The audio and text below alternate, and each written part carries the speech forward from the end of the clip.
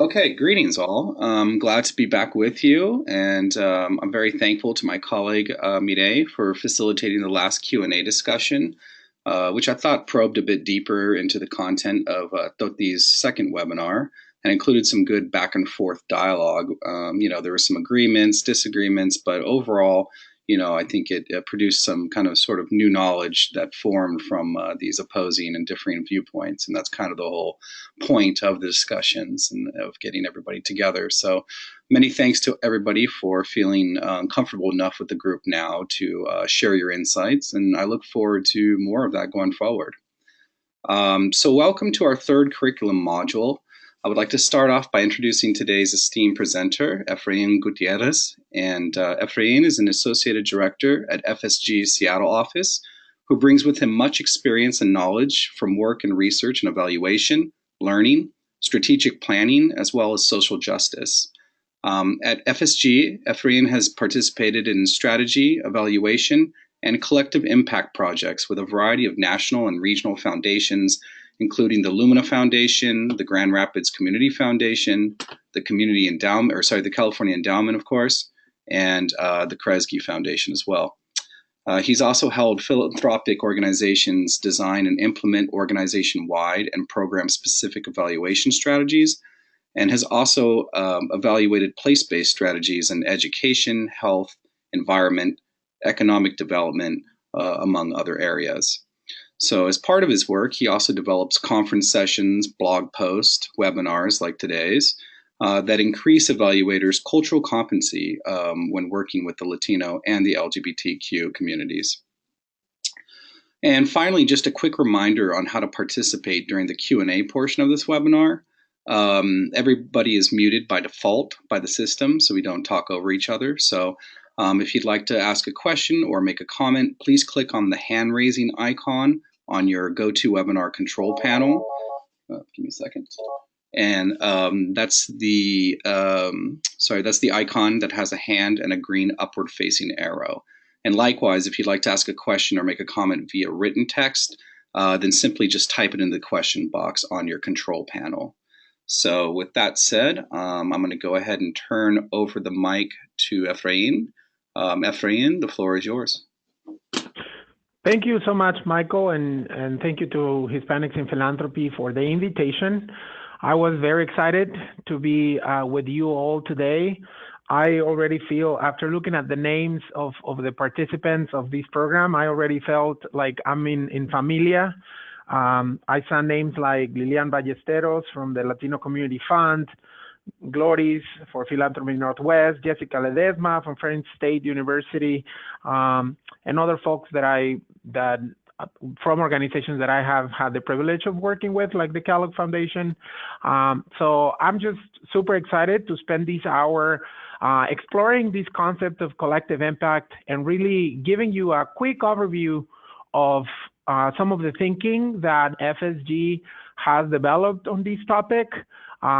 And also just, I will be happy to have a discussion and answer any questions related to how to use these methodology and when. The slides that I have prepared for you is a lot of material, but I'm hoping that this is just a bit of an overview of the concept and some of the main ideas. And of course, you're gonna have access to the deck, and you can use the deck in the future to get more knowledge, or if you have any questions for me at the end, of course, I'll be happy to answer any questions. I like to start my presentations usually just acknowledging a couple of things. The first one is that for almost all of us, or many of us, we're in native land, particularly for me here in the Seattle office.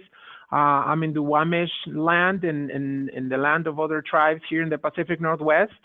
And I just want to thank them and acknowledge the fact that that we're inhabiting this land, and that we want to honor their heritage as much as possible with our work and just with our daily living. And as well, The second thing is I like bringing the hardworking spirit of our familias, of our abuelos, our abuelas, and just think about the hard work that many of us and the great work that many of them are doing here in the United States to make this country great, and also in many countries in Latin America and other regions.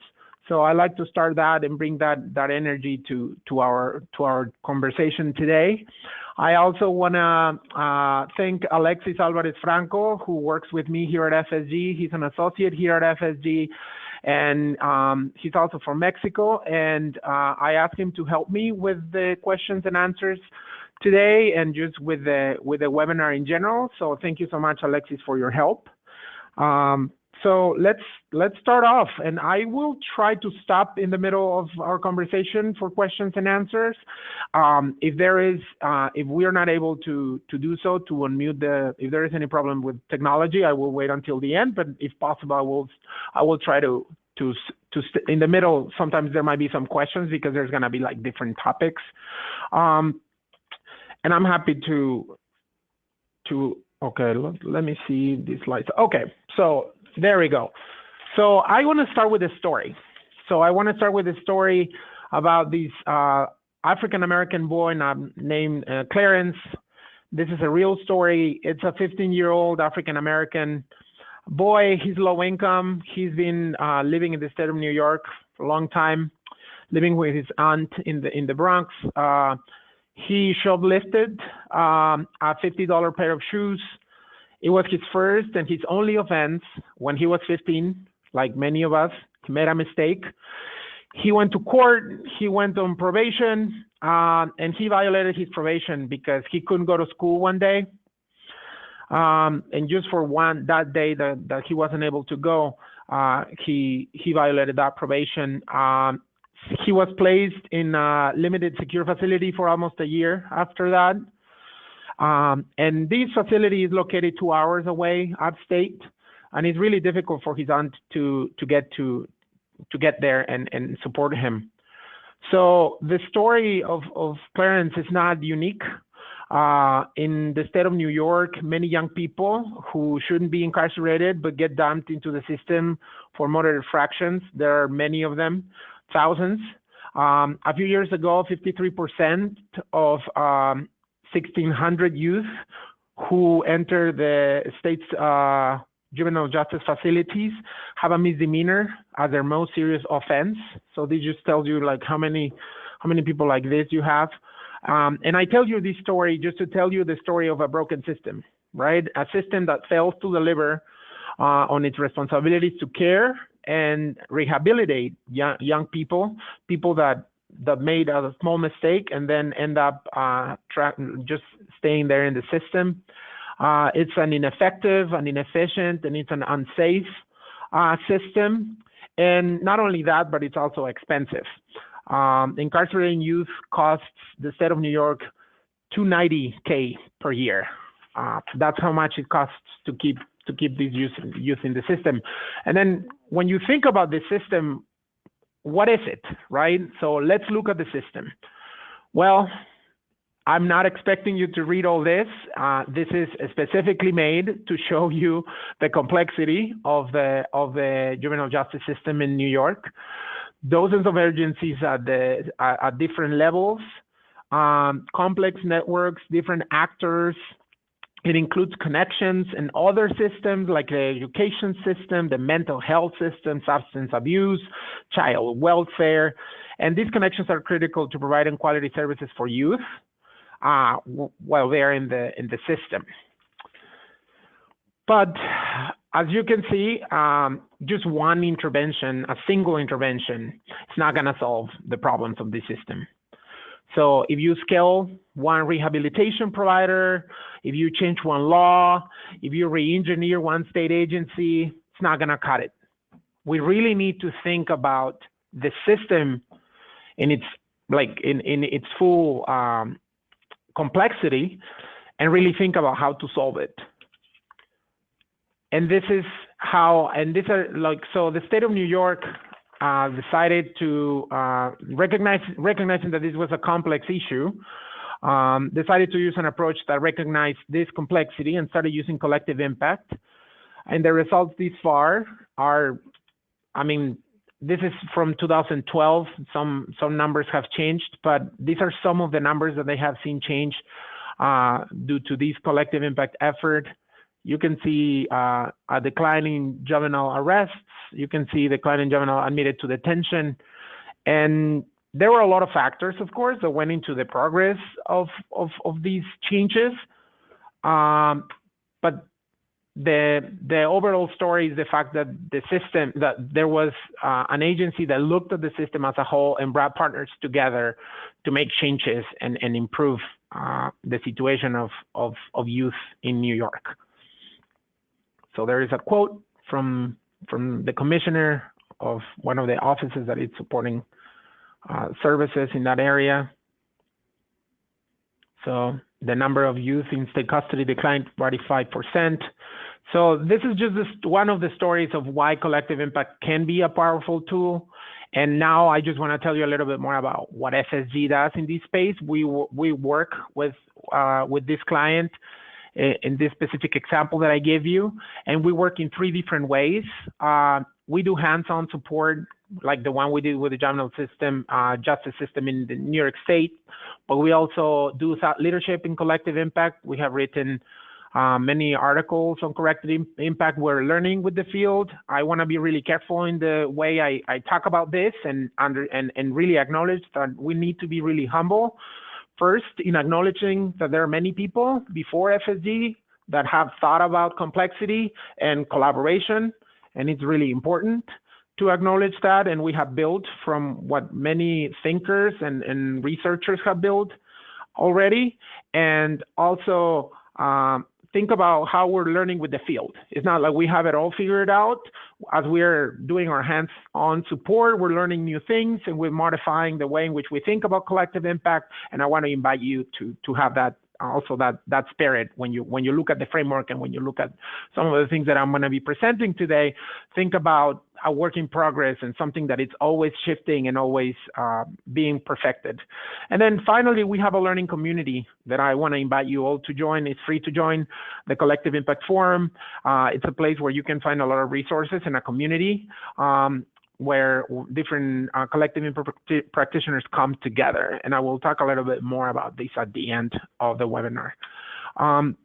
So the first section of the webinar is I want to talk about the collective impact theory first, and then we can go from there into one example of how it looks like. So we like to start the way we talk about collective impact with this example of a simple, a complicated, and a complex problem. So simple problems, and this comes from complexity theory. Many of you have seen it in your studies. So a simple problem is something that you can follow a recipe and do step-by-step recipes, and you can get to a result, right? So in this case, baking a cake is a good example of a simple problem. But then there are complicated problems, right? These are technical solutions. It's like building a rocket to send to the moon. It's in some ways a recipe, but it's a very complicated recipe. It needs a lot of like technicalities. It requires a lot of knowledge. And it's really, it's complicated. It requires just a lot of like expertise. And then there are complex issues. Complex issues are like raising a child. They're unpredictable, they're emergent, they require adaptation, and not 2 kids are the same, right? So kids don't do what you want them to do, and they do a lot of things. There are a whole bunch of things that affect them, right? So when we think about collective impact, we usually think about it as a complex issue, to solve complex issues. And that's how we like to help people understand when is it helpful to use collective impact as an approach. Usually the social sector treats problems as simple and complicated. Even the way we think about philanthropy in many ways is just set up to do this, like foundations are funding specific programs that are expected to have a specific results. And that takes you back to this recipe, right? Like if you are just you're serving a specific program that is serving 500 kids, and you want these 500 kids to do X and Y. You're going to have a specific outcome, but you won't be changing the reality of a problem for a city or for a region. And there is space in philanthropy for solving all different types of problems, and we're going to explore that a little bit further as we go on with the presentation. Okay, so as I was mentioning, traditional approaches are not solving our most complex social problems. Funders select individual grantees, organizations work separately and compete with each other for funding. Corporate and government sectors are often disconnected from foundations and nonprofits.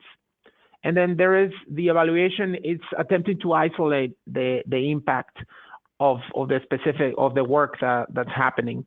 So large-scale change is assumed to depend on scaling organization as opposed to coming together. So this is what we call isolated impact. Now, imagine a different approach when there are like multiple players working together. That's collective impact to solve social issues. So all the different partners understand that social problems and their solutions arise from interaction of the many organizations. There is cross-sector alignment. Government, nonprofit, businesses are all coming together to solve a specific problem. They have clarity on what the problem is and how to solve it. They coordinate action and share lessons that they have learned from their work, and they all work towards the same goal and measuring the same things. That's what, in a nutshell, collective impact is trying to accomplish.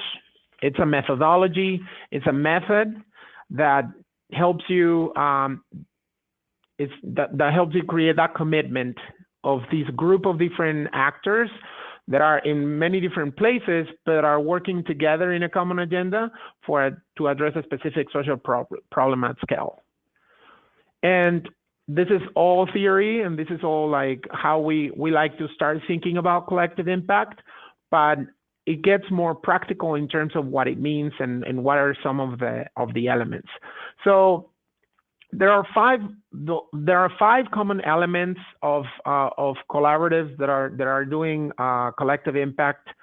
The first one is the common agenda. So the first thing you need to do is to figure out what is the problem that you're trying to solve. And it sounds really easy, but when you bring people together to think about a specific problem, different people have different lenses around the problem and how they see it and how they want to solve it. That's why it's important to bring together a group of decision makers from across different sectors to think about what is the problem that you're trying to solve, and then develop this common agenda, which is basically just a plan, and it can take different shapes and different forms. Something that I try to highlight when I talk about collective impact is that it's really important to adapt it to your context. So in some cases, some collective impact efforts create like really detailed common agendas and in other cases they create more like guide stars and have just a general understanding where they want to go. It depends on the type of effort and the type of problem that you're trying to solve. That's kind of the first element of the collective impact effort. And then the second one is the shared measurement. And it's important for partners to, one, learn together about what's working and what's not working, and then also keep each other accountable for going in a certain direction, right? So it's this shared measurement, it's agreeing on a limited number of ways in which you're going to be tracking progress and measure progress over time. For example, you saw on the example on the juvenile justice system, some of the indicators that they were tracking to see if they were going in the right direction or not. So without a common language or a common language on these indicators, it is hard for organizations to learn about their work and how to track progress. So as you can see, it's all about bringing everybody on the same page, like thinking about what is the problem we're trying to solve, how are we going to solve it, how are we going to measure our progress, and then the mutually reinforcing activities. So once you have identified the problem, how are you going to work together, and the way you're going to measure progress, they can start pursuing mutually reinforcing activities. This is a fancy way of saying that when you have a bunch of organizations looking at data and working toward a common goal, each organization will figure it out what they can uniquely contribute to the overall puzzle. So it's basically starting to build on each other's work instead of duplicating work. It's learning from each other and maybe sometimes catalyzing some of the efforts. For example, in some of the work that I've done, different organizations are working to increase FAFSA completion for Latino students in Miami. And they're working separately, and they're working in different barrios and in different areas. And then after they come together and they start talking about the services they offer, and they start bringing, for example, in this case, they brought their communication together. When they do that, they can reach more folks in different areas, and the students that they were trying to reach have different opportunities to engage into the filling out of their FAFSA. So if before they only had one opportunity and they're in the specific nonprofit that they were going to, now they have 5 different opportunities because the other nonprofits, they had the information about the other 5 nonprofits that were also offering that service and the universities that were offering that service as well. So that's another element of collective impact. The next one is continuous communication. It is really hard to coordinate activities of many organizations. So in the studies FSG conducted when we were thinking about the concept of collective impact, they all had like continuous communication as an important element. And at its heart, collective impact, it's about engineering the way that people work with one another better. And communication is a very important part of that. So this idea of constant communication, not only with the different actors, including the communities that you're working with, of course. And then the backbone organization, I think for me, this is the most important aspect of it. You need somebody that wakes up thinking about this. It's sometimes really hard to make collaboration work if nobody owns it. So that's why the backbone organization, it's an independent, and I need to be careful in the way I use these terms because it's hard for an organization to be independent, but it needs to be trusted. Like it's a trusted organization. It sometimes lives within one of the partners. Sometimes it's an organization that is created to manage the collective impact effort, but is a group of folks that wake up every morning and say, okay, how are we doing in the collective impact effort? How are these partners coming together? What are some of the things that we can do to continue to facilitate collaboration and work together? So these are the 5 elements. I have one more thing, and I promise I will stop for questions. There is a lot of theory, and I'm throwing a lot at you. So just bear with me, because something that I'm really proud of is that after these 5 elements came together, we continued to work with different collective impact efforts, and we realized that there were certain things, certain principles that needed to be present in collective impact efforts in order for collective impact to be successful. And these elements were in some ways included in the 5 elements, but we wanted to make sure they were really explicit. So this is just an example how, the 5 elements were there, but then in a spirit of continuous learning, FSG brought out these principles of practice that are also important for collective impact to be successful. So the first one is there needs to be a priority on equity, ideas of targeted universalism, and the idea that if you want to make sure that you're supporting all different students, you need to support their specific needs is really important. So you really need to push on equity. You need to see equity gaps or equity opportunities, I like to call them when I look at data. And also be intentional about equity goals and making sure that equity is at the core, and you're looking at race, ethnicity, and other factors as part of the work that you're doing. The second one is the inclusion of community members in the collaborative. This is a big miss for many collaboratives because it becomes really like top down.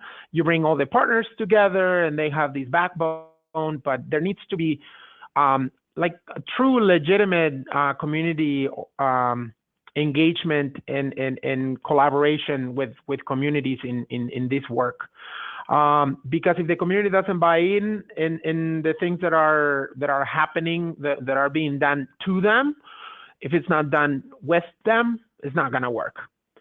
So the third thing is that it needs to be cross-sector, because then sometimes some collaborative efforts have had some challenges bringing, for example, businesses together or other sectors together. But what we see is that you need to get out of your echo chamber and really hear the problem from different perspectives. Now, I need to be cautious. Not all partners need to come together at the same time. I feel like sometimes you need to do like the coalition of the willing, and then from there, bring more partners along. But it's important that you bring different voices and different perspectives that comes from cross-sector partners. Also, the use of data for continuous learning.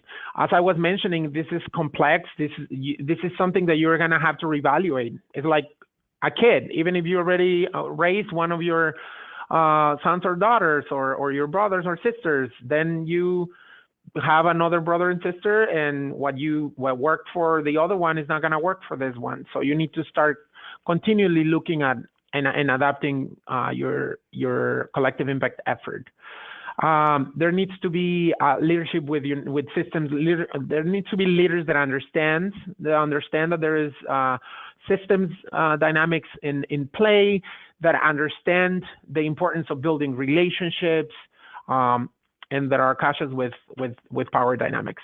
So I'm running a little bit behind on time, but there needs to be a focus on program and system strategies. Both, as I was telling you before, there is a space in collective impact to do both, like more of the system, the complex problem solving. But there needs to be programs, right, that are supporting communities, that are starting to align, that are starting to come together. Something really important, building a culture that fosters relationships. That's crucial. These partners really need to trust each other because they're going to come together and share data and talk to funders, and there's going to be different people in the room. And if they don't trust each other, it's just really difficult to collaborate. And finally, something that I already mentioned, I think different collective impact efforts look different depending on the local context. So it's really important to take context into account. For example, if you're in Memphis and you're working with the Latino community, maybe your collective impact effort is going to be more around awareness building. If you want to increase college attainment, for example, you're going to have to do some awareness building with universities because the Latino community is more nascent in those areas, and maybe the universities don't have a way or an understanding of how to work with Latino communities. And that will look completely different from work in Miami, for example, where Latinos are the majority. There are many folks already in college, and maybe the effort is going to look to increase college retention and completion, not college access, because there's already a bunch of folks that are already going through the different universities. They're just not being able to finish. So I will stop there, Michael. If you wanna open the phones, and I also would see if there are any questions popping up on the software. But I want to just make sure that if there are any questions, I can talk about them now. Yeah, fantastic start. Thank you so much, Efraim, for the overview of the theory and the practice. So at this point, I'd like to open it up just to see if anybody has a comment or a question at this point. Again, you can do so by clicking on the hand-raising icon on your control panel. So let me just give it a few moments to see if anybody is interested in asking anything of Efraim. Totalmente opuestas, porque aquí es la mañana y allá es la noche, y entonces al revés y así. Entonces como que es muy difícil coincidir. Pero bueno. Okay, so I just got one in from Gloris, and she says, do you have good examples of how this has been done well, particularly giving equity priority? Yeah, definitely. So there, I think that some of the examples that I've seen where it has worked, you need to be really careful because I think right now in the field, there is like these, I think it's a really positive push that many of us are making for equity considerations. And before I give you the good examples, I just want to say that sometimes just in this push for what I've seen in collective impact efforts sometimes is that just in this push to like include communities, what people are doing is like do a couple of focus groups and then say, we talk to the community, and then they just like, this is what we found and this is what the community thinks. So I think on those cases, it just becomes a little bit of like, okay, yeah, you talk to 3 focus groups, but what really is the community engagement? So the examples that I have seen that are truly good ways to include equity and into the work is one, and it was in Arizona, I think, but it was Latino student success effort that was including student. They have like they had a steering committee, and the steering committee was meeting every month, and then they have these group of students that was meeting every 2 months and they were asking them the appropriate questions for what students can answer. They also had some responsibilities as part of the effort, and they were also including in some of the other meetings to make sure that there was representation. And I think that was pretty effective because it made members of the steering committee see things like all these leaders like see it more real.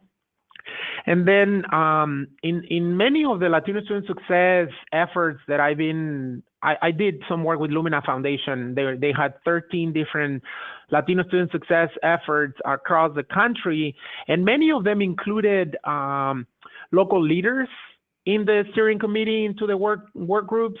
And I think that was really powerful because some of these folks, some of these Latino leaders particularly are like gatekeepers for the community. They have had bad experiences with philanthropy before, and they are vigilant, and they are like, they will raise the red flag right when people are starting to make recommendations that maybe go against what the community would accept or what would be good for the community. So that's one example. That's one practice or one example that I saw in a couple of the Latino student success efforts that was successful. It just depends. It depends on the type of project. I think what I would like to see is doing both grassroots and like what we say grass tops, like both having a very strong connection with the community and with community organizers, and at the same time have really strong work with leaders. And I think in many ways, Collective Impact does a really good job on the leadership part, on bringing together the leaders. But for example, in some work that the California Endowment has done in Fresno, they had both like a community steering committee or table, and then they had a table of leaders. And that was really interesting as well. It was a really interesting example and dynamic because they will come together every couple of months, I think, or every so often, and then they will have their meetings every month. So the community will come together, we'll talk about their issues, and then every couple of months, and then the leaders would do the same thing, and then they will come together to reconcile what they wanted to do and to make sure that they keep each other accountable. That's another example that I thought was really powerful, to see like school districts and moms that are like not happy with what's happening in the schools, like coming together and trying to come to agreement on, like, well, we're trying to change the system, and the mom is like, yeah, but my kid doesn't have quality education, like what's happening? So that's another example that I will provide. Okay, so at this time, it looks like there are no other questions. So Efrain, I guess go ahead and continue with your presentation. Sure. Thank you, Gloris. Okay, so there are a couple more slides before I talk about this example that I have for you today. So the only other things I wanted to highlight is that collective impact requires, like, in the way we think about philanthropy, it requires some mind shifts. And the first one is from thinking about technical solutions to problems to thinking about adaptive solutions to the problems. And this includes this idea of continuous learning. You need to be, it's not like you have this problem and you have this technical solution that they're going to do A, B, and C and it's going to work. You're going to do A and then you're going to evaluate if you need to do B or you need to do C. And it requires a little bit of a more nimble approach to the work. So instead of focusing on evidence only, you also focus on the relationships that you're developing. There needs to be content expertise. Usually when we talk in philanthropy about the work, the content expertise is really important. If you're talking about early childhood development, you need early childhood experts, professors, people that are doing this work. And in collective impact, it's also really important, but it's also important to have context expertise. And these are, like I mentioned in my example, these are maybe like local leaders or people that understand the community deeply, so you can actually adapt and create a collective impact effort that responds to the needs of the community you're hoping to serve. This silver bullet versus silver buckshot, I think this brings back the idea of targeted universalism, right? Instead of saying this is the program that is going to solve the problem, or like the specific, like homelessness in Seattle, we say we have these different approaches with which we're going to be working with these different communities to address their specific problems. So you are helping everybody, but you're helping everybody in ways that it's helpful to them, which sometimes gets a little bit of, like with government, sometimes this is a little difficult for those folks who are in government. It's difficult to make changes and adaptations when you're like working on laws and regulations. That's why sometimes it's good to have this collective impact work where maybe if your regulations don't allow you to make those changes, you can still be supportive of the effort, and nonprofits can be working with specific communities in the different areas where your federal program cannot go. And then finally, the credit, instead of like taking credit for everything that happens, is really as a funder, particularly, or as an organization, you share the credit among different organizations and everybody that is working on the effort. And this is really important in terms of gaining trust and gaining that confianza that you need to be able to really work together and know that everything that is happening is shared, and that there's not going to be blaming on what's not going well, and also that there's going to be a distribution of credit when things go well.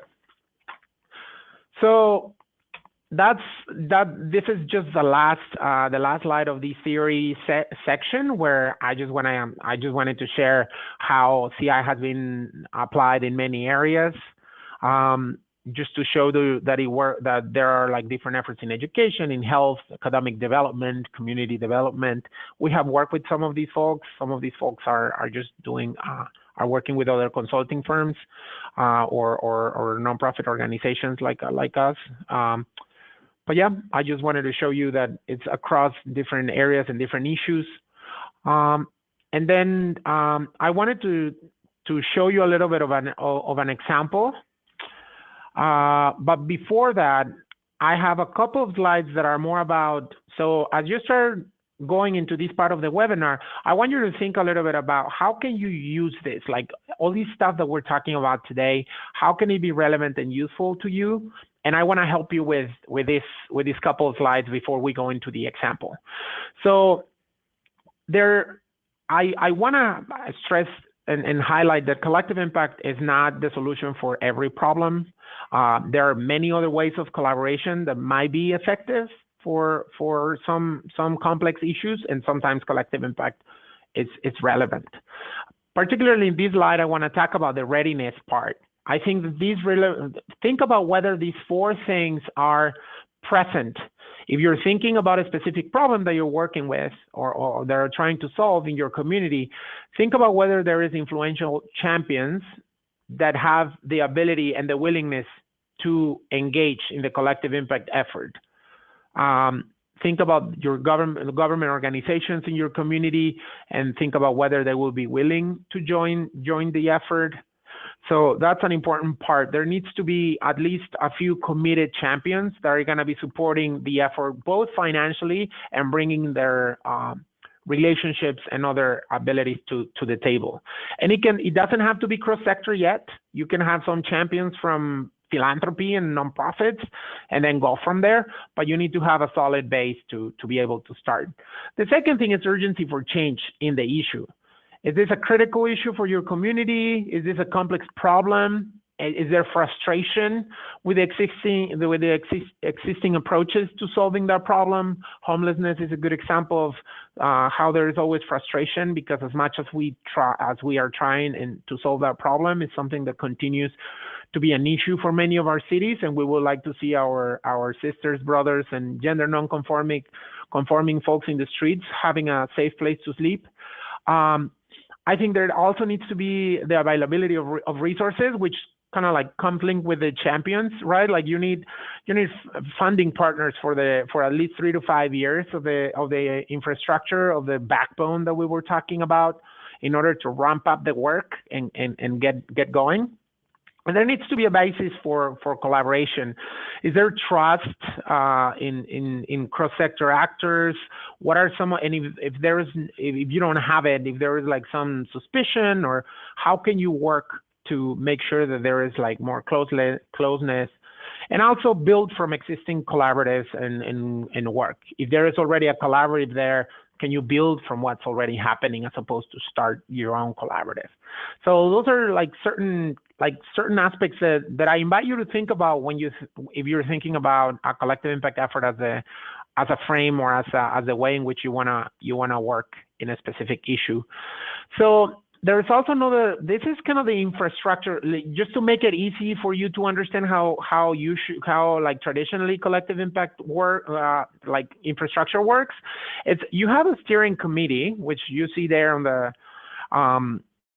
on the screen, and this is a group of leaders, usually a group of leaders of different organizations, cross-sector, that comes together to create a common agenda. And then together with that, you have the backbone organization. These people that are waking up every morning saying, how are we doing? How are we continue to collaborate? How are the different partners coming together? And then you have this ecosystem of community partners. And in order to engage with them, you create work groups. So these different work groups come together with different topics. For example, if you're thinking about student success in college, you're thinking about a group maybe in access to college. There is another group that is gonna be working on retention, and then there's gonna be another group maybe working on workforce development, because after they graduate, you wanna make sure that they are connected to a job. So that's just an example. You can create those different groups. The steering committee works with the ecosystem of community partners. The work groups work with the backbone to move their different agendas together. Some work groups have their own specific goals and agendas, but they're all, if you look up on the slide, they're all under these common agenda and share metrics that they work with. So this is traditionally how it looks like. The steering committee and the backbone provide strategic guidance and support, and then an important key component of this is that the work is partner driven. Different organizations coming together take action. If you're thinking about doing this work, I think the message in this slide is just that it takes a lot of time and effort to do it right. You need to assess readiness, as I was telling you before, with these four different readiness examples or areas. And then you need to plan to initiate action, organize the work, begin implementation, and then sustainability is also an important aspect of this.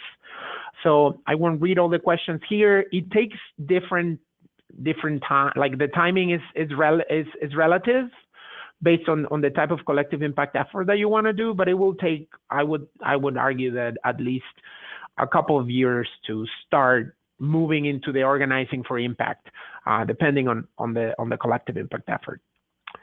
And then finally, I have a quick example, and I wanna leave time for questions. So I just want to show you an example here in Seattle. So the big problem is that if you look at education attainment in Seattle, in the Seattle metro region, you see that 47% of adults over 25 in King County have a bachelor's degree, right? Compared to roughly 30% of the population nationally. But those statistics don't take into account that many of these people with a degree are coming from outside, and that only 1 out of every 4 King County residents with a bachelor's degree or higher was born in the region. So there is really unacceptable education achievement gaps for low-income students and children of color in the region. And we know that in our region, in Seattle, a lot of the jobs, almost 70% of the jobs in 2018 will require a college degree. Only 24% of children from the region and only 10% of children of color receive that credential. So thinking about these problems, the roadmap project was born. It started with an ambiguous goal and evolved a structure to match that goal.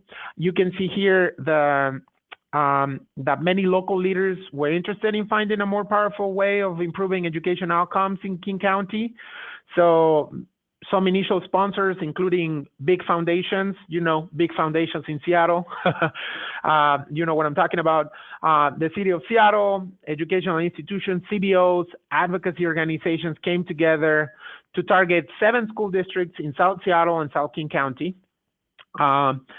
And this is a region that is one of the most diverse in the country.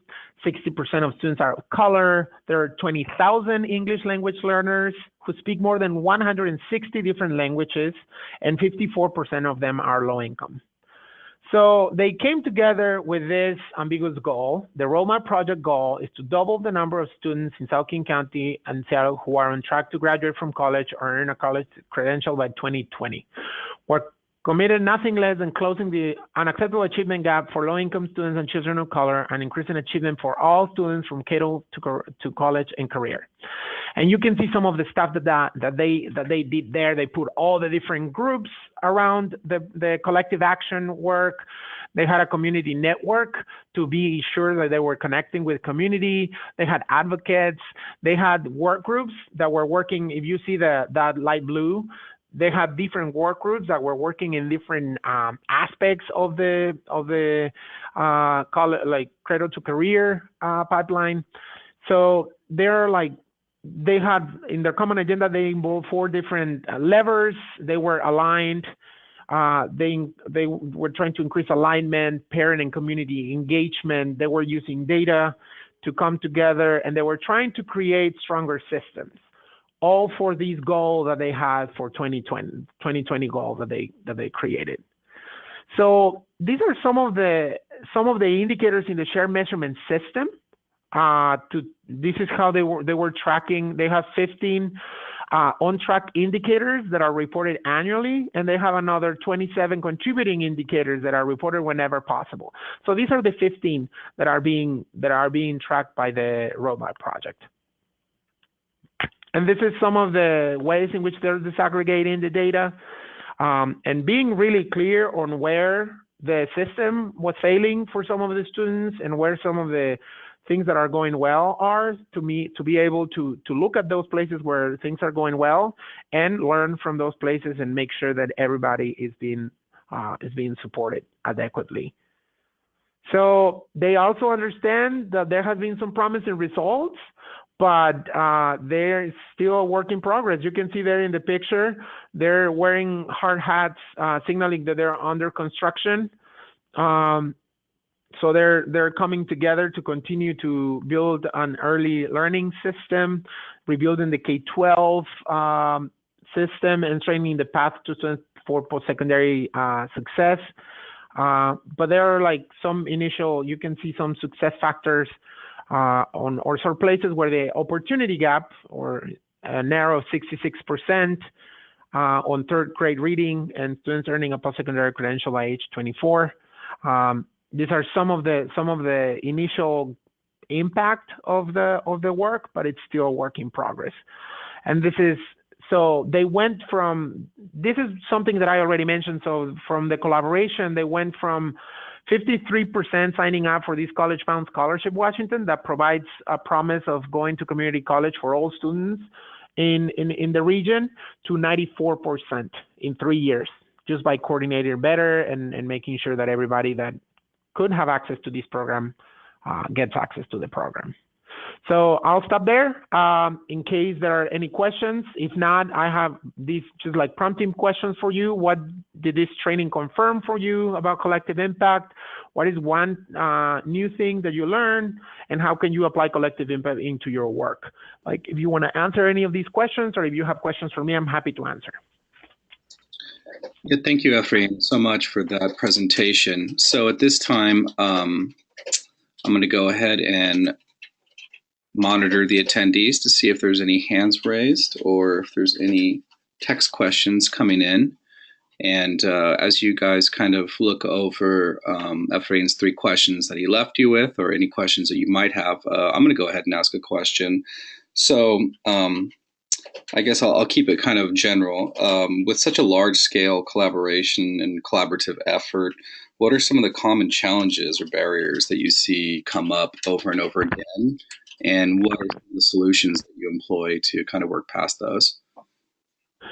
I think sometimes, that's a great question. I think that sometimes a big issue with this type of collaboratives is ownership. I think that that's why it's really important to have this initial set of champions and partners that are going to stick to the project for the initial few years. It really requires a different way of working. So some people are, some organizations come to the table, but they're not sure how they can plug in. And that kind of takes me into my second challenge. Sometimes it's hard for the collaborative and for partners to fully understand where they fit. And I think it takes maturity of the effort. For example, with businesses, sometimes it's something that came back and back again in some of the evaluations that I've done of collective impact efforts is how do we engage businesses and what is the role of businesses in collective impact? And I feel like that's just a matter of just like, particularly in college attainment, you need to bring like universities and nonprofits and government together first, and then businesses can plug in. Businesses have a particular way of working, and sometimes it's more difficult to keep them at the table. They want to know how they can support. So you kind of have to make the business case. What I suggest to collective impact efforts is just to think about 2 things. When you're engaging businesses, think about what specifically can you get for businesses and what can you offer them? What is an incentive for them to come to the table? Do they want recognition as a business? Do they want to support the local economy? Or do they benefit from a better, like, for example, in education, from a better education pipeline? And if that's the case, then reach out to them with solutions for those things. Make a business case. And I need to be really careful when I say this, because I don't like when there is like a supremacy of business speech against nonprofit. I think that nonprofits and foundations, we do a lot of work and we do it really well. So I don't think that, I just want to make sure you don't think that there is superiority in any of the approaches. But if you want to reach out businesses, it's important to in some ways talk their language and reach out with a good business case. So those are 2. I would leave it there, but those are like two problems that come often. Great. Thank you so much. So now I'm going to go ahead and open the floor again and see if there's any questions out there. So again, please hit the hand raising button on your control panel, or go ahead and type in a question into the text box if you have it. Oh, looks like we got one. Okay. Here we go. So Lillian, I'm going to go ahead and unmute you. You're unmuted. Go. Hi, can you hear me? Perfect. Hi, thank you, Efrain. Lillian with Latino Community Fund here. Thanks so much for this. One question I wanted to ask, especially right now, is how in this process to maintain a sense of flexibility. You talked about partners really coming together and working together, and having a vision over a certain amount of time, and it does take time. But then you've got something like November, the election, and I think in the work we've been doing, working with partners and wanting to have grassroots leaders at the table, we find sometimes that, and it's this or it's something else that shifts their focus and their need to address what the community is needing at this moment. And so how do we maintain that flexibility so that we're supporting that they're doing this work, but we also are continuing with this collective impact work? Yeah.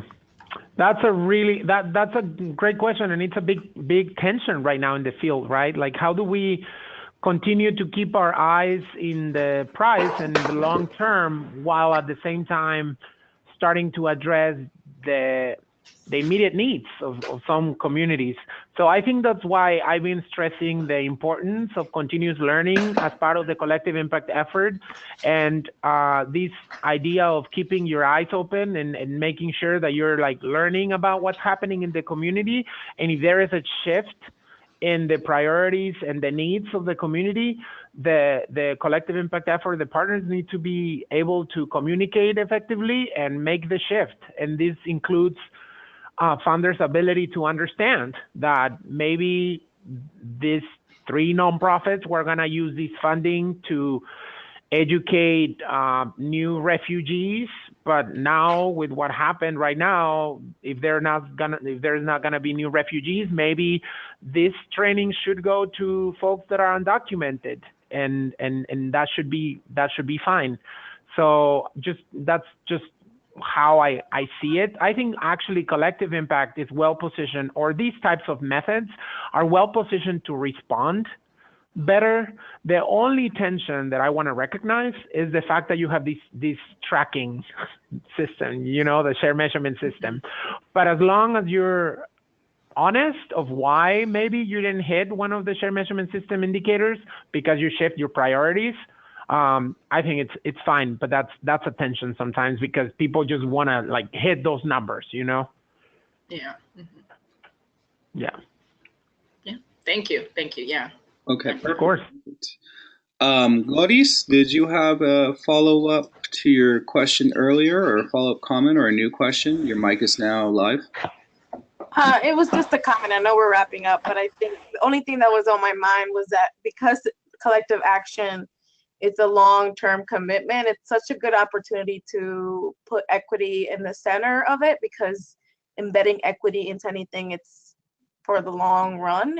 It has to be really intentional, and you can't do something like this for like a near-term problem. It has to be something that's like sustainable, and you're investing in the long run. So I'm excited to continue to explore and learn more about different projects and what they've learned along the way, particularly in embedding equity. Since speaking of systems, we started at the beginning of the webinar, so much of the, I don't want to say marginalized communities, I'm going to say untapped communities have been left out of conversations. Historically, I think looking forward to see how that's going to shift, considering the political climate, people's energy, people's wokeness.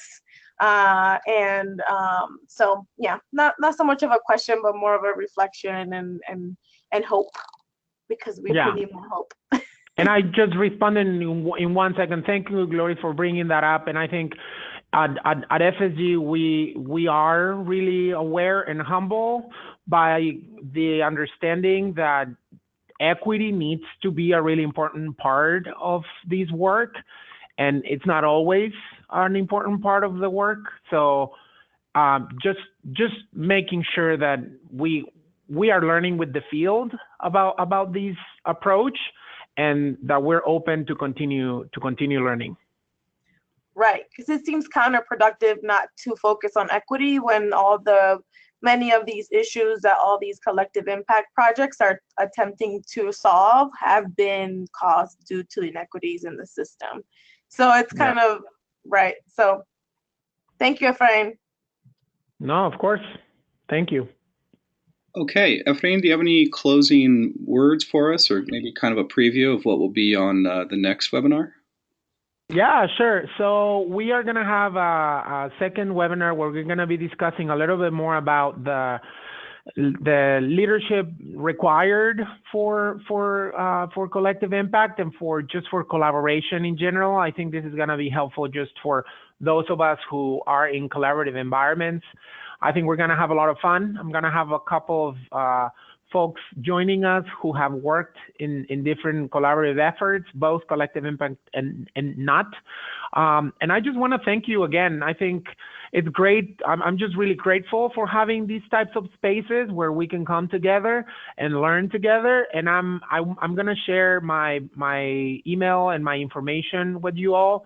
And I hope to get emails from you if you have any questions, and hopefully see you in the future. I'm sure we will cross paths. Many of us will cross paths soon. So yeah, thank you so much. Okay, great. Jessica, I just saw your question come in. Efrain, do you want to answer this now, or should we table this until the next? I have time. Okay, all right. So this comes from Jessica Ledesma, and it's, hi, Efrain. In working with many organizations, pushing equity to the forefront, the word and meaning is ambiguous at times. Has FSG helped to define this? And if so, how is it being defined? Defining equity? Yes. No,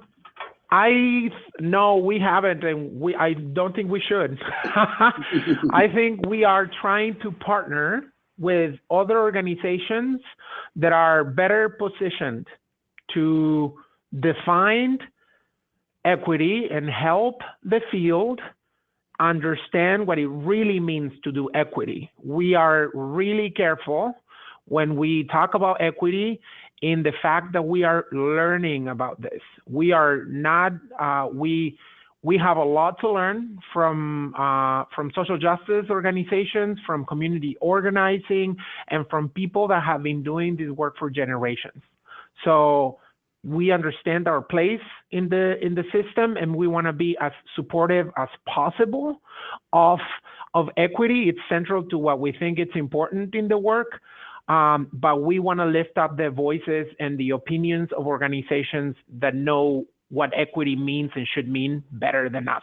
So we are working, I understand that, I share the concern, and I see how for a lot of organizations it's just becoming like everybody just now is going to start talking about it, and it's going to be in us as professionals and folks of color to remind organizations that this is just not something that you throw out and that's it. Like you need to really do it, and it takes commitment and it takes changes. So I agree on the concern, but I wouldn't think FSG would be the one to define it. We will work with others to make sure that it's really defined and followed. Well said. Okay, well, thank you everybody for joining us today and hanging in there with us as we went a few minutes over. And thank you once again, Efrain, for an amazing presentation. And I look forward to speaking to all of you. Our next webinar will be on Thursday, May 18th at same time, 1 p.m. Pacific time. So until then, carry on the conversation on the Wigio board, and we'll talk to you soon. Thank you. Thank you, everyone.